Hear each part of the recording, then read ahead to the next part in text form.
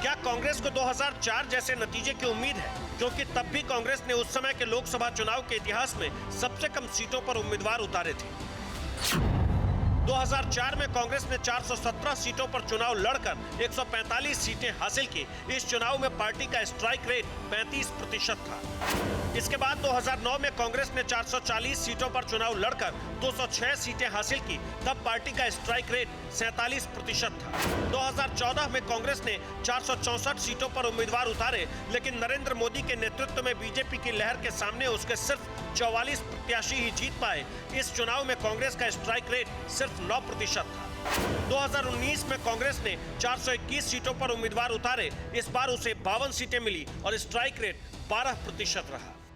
ऐसे में मुमकिन है कि कांग्रेस पार्टी ने अपनी सीटों का ग्राफ बढ़ाने और स्ट्राइक रेट सुधारने की खातिर ही लोकसभा चुनाव के इतिहास में इतनी कम सीटों पर चुनाव लड़ रही है।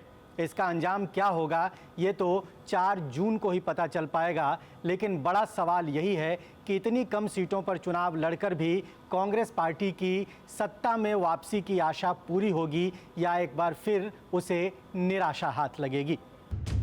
अभी हाल ही में प्रधानमंत्री मोदी ने भी कांग्रेस के अब तक की सबसे कम सीटों पर चुनाव लड़ने के फैसले पर तंज कसा था।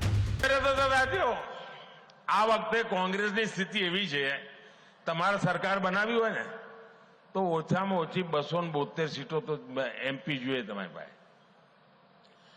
અમારી સિવાય ભાજપ સિવાય આ દેશમાં એક પણ પોલિટિકલ પાર્ટી કોંગ્રેસ પણ 272 લડાવતા જ નથી। બોલો, એટલે તમે 272 લડાવતા નથી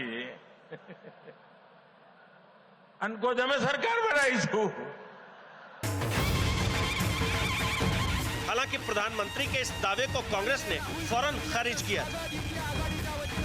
वैसे इसमें कोई दो राय नहीं कि 2019 के मुकाबले अब की बार कांग्रेस कई राज्यों में कम सीटों पर चुनाव लड़ रही है। उत्तर प्रदेश में कांग्रेस 2019 में 67 सीटों पर चुनाव लड़ी थी, तो 2024 में समाजवादी पार्टी के साथ गठबंधन में उसे सिर्फ 17 सीटें मिली है। पश्चिम बंगाल में पिछली बार कांग्रेस 40 सीटों पर चुनाव लड़ी थी, तो इस बार टीएमसी से अलग लड़ने के बावजूद उसने सिर्फ 14 उम्मीदवार ही उतारे हैं। महाराष्ट्र में 2019 में कांग्रेस ने 25 उम्मीदवार उतारे थे, लेकिन इस बार उद्धव ठाकरे की शिवसेना से गठबंधन होने की वजह से पार्टी ने सिर्फ 17 उम्मीदवार उतारे हैं। हालांकि कर्नाटक में कांग्रेस ने जेडीएस के साथ गठबंधन होने की वजह से पिछली बार 21 उम्मीदवार उतारे थे, लेकिन इस बार अकेले चुनाव लड़ने की वजह से सभी 28 सीटों पर उम्मीदवार उतारे हैं। ओडिशा में कांग्रेस ने 2019 में 18 उम्मीदवार उतारे थे, लेकिन इस बार पार्टी ने राज्य की 21 में से 20 सीटों पर उम्मीदवार उतारे हैं।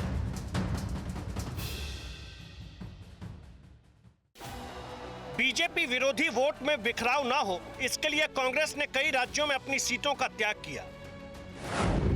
इसका बड़ा उदाहरण दिल्ली है, जहां 7 लोकसभा सीटों में से कांग्रेस सिर्फ 3 पर लड़ रही है, जबकि 4 सीटें आम आदमी पार्टी को दे दी है। हरियाणा की 10 सीटों में कांग्रेस ने 9 अपने पास रखी, 1 आम आदमी पार्टी को दे दी। गुजरात की 26 सीटों में कांग्रेस ने 24 पर उम्मीदवार उतारे, इनमें से 1 का नामांकन खारिज हो गया, 2 सीटें आम आदमी पार्टी को दी। इसी तरह आंध्र प्रदेश की 25 सीटों में कांग्रेस 23 पर लड़ रही है, तो 2 सीटें सीपीआई-एम और सीपीआई को दी है। असम की 14 सीटों में से 13 पर कांग्रेस लड़ रही है, 1 सीट क्षेत्रीय दल असम जातीय परिषद को दे दी।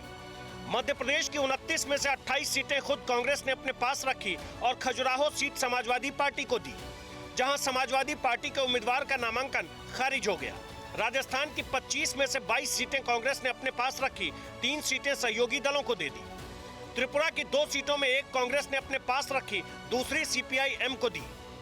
2019 में जम्मू कश्मीर की 6 में से 5 पर कांग्रेस लड़ी थी, लेकिन इस बार वो लद्दाख की इकलौती और जम्मू कश्मीर की 2 सीटों पर चुनाव लड़ रही है।